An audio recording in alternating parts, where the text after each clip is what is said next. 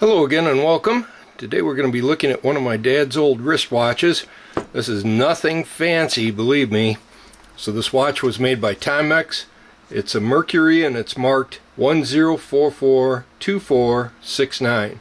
So this had a manufacture date of 1969. And I'm sure most of you are aware that in 1969 the Apollo 2 put a man on the moon. We had Woodstock. Nixon became inaugurated. We had the whole deal with Charles Manson.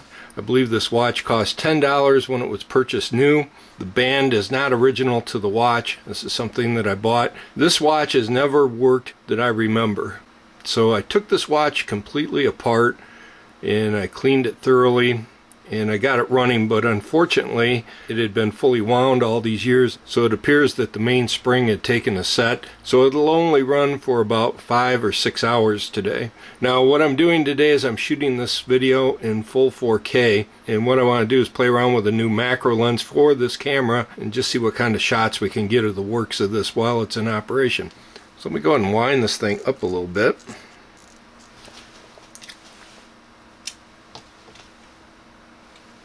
Let's just try to zoom in on this now and let's see how good of a photo we can get.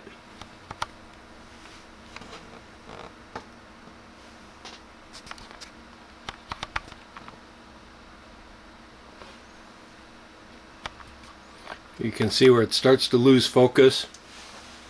This is looking at the watch from the back. Let me go ahead and pop the cover real quick. And this is what it looks like. Camera seems to do a fairly decent job. Can we zoom in a little bit closer? Nope, that's about the limit of it. Let's try bringing the watch in a little closer. Yep, you can see, can't track the focusing. So let's try this with the macro lens.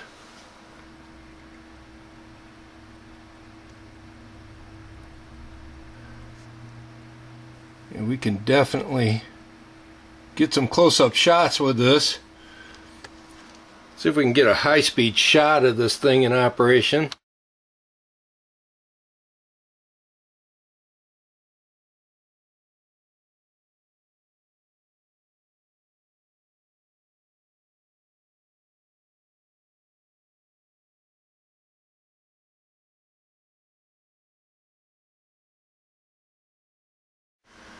It's another one of my dad's old watches. This one happens to be a Timex self-winder.